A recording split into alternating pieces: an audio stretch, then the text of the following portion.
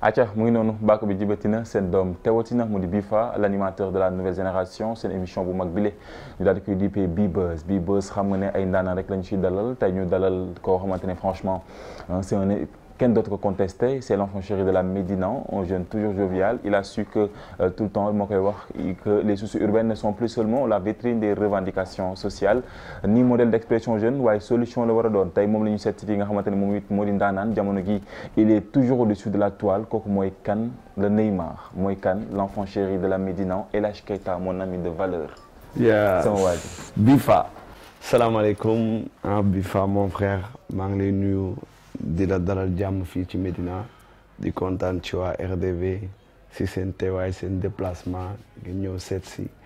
El Hadj Keita kontaan naa ci yéen. ñoo la gën a kontaan ndax saay boo ñaanee mu yokku yaakaar naa ne sama waay nga xamante nañ bu baax a baax mu nekk nit ku ñaan koo xamante ne franchement RDV dafay am mbégte di ko dalal fi nga xamante ne aussi j'espère que mooy première fois man itam ma ànd ak waa RDV daal di ñëw di seeti sama ndaanaan bi nga xamante ne moo di El Hadj Keita il est toujours au-dessus de la toile wax naa ko mais boo waxee El Hadj Keita tu vas sûrement parler d'un gars qui est tellement modeste un gars bi nga xamante ne nii moom Baye Fall bi rek lay dund tey suñu émission bi di Buzz tey ñu say si la ndax nag bu corona bi ñëwee ba tey yaakaar naa ne métti woon na lool waaye nag macha allah sama waa ji ba mu demee sant nga sa bopp. waaw macha allah waaw corona bi de mbas bi de moo ñu téewoon. mais dem suñu borom def na ñu ibbi ñu am na ñu naan jeex na am na ñu naan jeexul. waaye ndem it suñu borom def na ñun ibbi nañ ñu pour ñuy liggéeyaan loolu dañ ci sant yàlla rek suñu activité yëpp commencé waat nañ ko ñuy ñaan yàlla moom. loolu yàlla bu mu fi amati. ñu gis ñëw bu am doole. waaw parce que tamit li ñu tëju woon moo yàgg te tëju bi yëpp tëjuwuñu rek toog suñu coin non non dañu tëju di liggéey dañ doon liggéey xam naa liggéey bi ñu doon liggéey ba ñu tëjoo mooy feeñ ni moo tax àdduna lépp liggéey la. waaw liggéey la rek parce que tamit bu bëggee dara da nga ci sonn. da nga ci sonn moo tax ñun musique la ñu jël opté nekk ay musiciens. kon faw ñu gëstu si faw ñu góorgóorlu ci faw ñu farlu ci def ci fulla def ci fayda ak di ci war ba suñu borom jàppale ñu si waa alhamdulilah. en tout cas alhamdulilah la ñuy wax ndax tey bu ñu nee Buzz da di émission boo xamante ne nii franchement daañu waxtaan ci carrière artiste bi. waaye itam solos li nga xamante ne aussi moom la téléspectateur yi di xaar si ñun parce que tout le temps on le dit que tout flatteur vit ou dépend de celui qui l'écoute ki wax ki déglu mooy mbokkam alors bu ñu nee El Hadj Keita sûrement ñëw gi am na doole lool ba Sénégal ñëpp di ko coow waaye itam liggéey rek di ko wax. te ñu nemmeeku si aussi tamit foofu damay ñëw question bu njëkk si question boobu ndax tey dañ koy waxtaanee. El Hadj ñëw mais bokkul ci benn label. waaw. parce que ñu am doole lool. waaw parce que tamit xam nga yàlla day def di nga xëy suba di raam xëy suba rek dox parce que kenn ñaanul yàlla tamit parfois di nga bëgg nekk ci ay loxo. mais parfois di nga bëgg góorgóorlu pour demal sa bopp xool te yàlla def na nag jamono ji yëpp ñun ñooy demal suñu bopp. di liggéey nekkuñu ci benn label waaye suñu borom mi ngi ñuy dimbali ba li ñu bëgg def ñu ngi koy def metti na trop mais on va avec parce que tamit àdduna lu mettiwu rek baaxul moo tax fi mu ne nii nekkuñu ci benn label ñuy góorgóorlu di jéem a marqué suñu empreinte. mais lan mooy problème bi ak label yi seen liggéey lañu antanul wala seen façon liggéey si boppam yow moo la neexul wala nu mu demee noonu. non xam nga nekkoon naa ci label génn foofu nekkaat ci sama yoon tu vois mën naa xëy suba amaat beneen label waaw parce que il faut jamais dire jamais noonu la demee mais dañuy job fi mu ne nii ñu ngi liggéeyal suñu bopp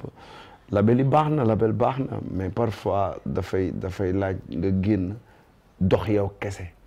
parce que àdduna paren saay da ngay nangoo wéet waaw boo nambee wéet rek lu bari dina la dimbali moom jamono ji loolu laa gis dama soxla wéet man kese may ñafe sama life pour xool nan lay demee waaw mais macha allah ba ma ko tàmbalee ba léegi alhamdulilah maa ngi ciy sant suma bopp. kon tey bu beneen label ñëwoon di la jël j'espère que da ngay xaaraat ba ci kanam. non bien sûr mën nañ signer mën nañ lépp ci conditions yi la rek conditions yi ni ñuy liggéeyee parce que tamit il faut jamais dire jamais comme ni ma la ko waxee mun naa xëy suba yàlla boole ma kenn ñu war a liggéey dañuy liggéey mais comme nii El Hadj Keita vole dans ses propres ailes. Alors les gens se disent que El Hadj il est un peu compliqué d'une façon musicalement parce que dafay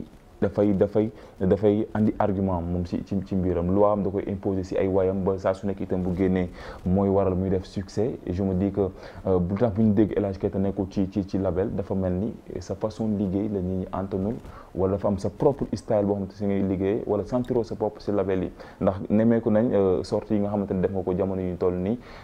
yaa ngi si boîte de nuit yaa ngi Saraba yaa ngi feneen ak feneen te macha allah tëgg nga Sorano Sénégalais yi uy si la lool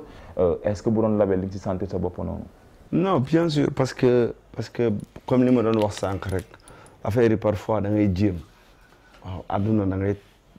ngay jéem làmbatu parfois lu nit yi ne mënoo ko def nga jéem ko def